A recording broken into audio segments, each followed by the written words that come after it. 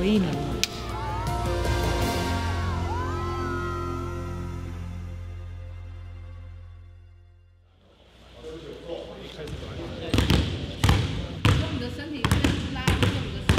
香港的志奇教练很猛贵，那就很严咯。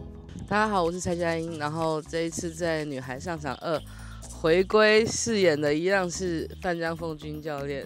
其实回来到第1季的场地，还是觉得蛮怀念的。但当然现在拍摄的感觉比第1季的时候轻松很多，因为我第1季动不动就是半夜的台词，但这一次回来骂人轻松愉快。我有义务让你们来这里吗？不要说上场打比赛给观众看了啦，这一些还在打的观众看到你们，他们都笑你们啦。就是收留他们啊，没有，因为其实我觉得带南乡小队这样过来，其实可以理解他们的处境，所以更能够接纳他们、同理他们啦。在别人眼中可能是烂摊子，但是可能他还是有看到这个球队非常真心、非常真诚、非常热血的地方，所以他跟校长愿意提供这个资源给他们。来就上课，骂你这个哔哩呗呗嘞！啊，请问脸面光顾吃油饼啊！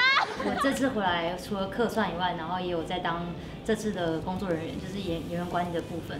就是其实这次的演员大部分都是我们大家的学姐们，就是很像是我们国中就跟他们相处在一起，然后突然长大了，好像10几年没见，然后突然又一群人碰在一起，就感觉到大家跟以前的那个感受很不一样。我觉得大家对于戏剧的喜爱也越来越多，然后我觉得大家能聚在一起为女篮说一个故事，这个感觉我觉得很棒。哈，都在吃油饼，还吃油爆养雕啊！毛林同毛志奇，你就枪案的呀？加油！喂，我以为要讲，就是赛前鼓励，对吧？提升一下大家的士气，希望大家可以加油，不要后悔。快结束了，大家要加油啊！不要有遗憾。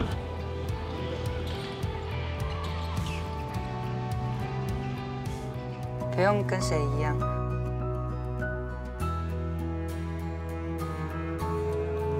做自己就好。我现在其实没什么声音，前2天喊得太卖力了，我现在声音是沙哑的，感觉唱了3天3夜。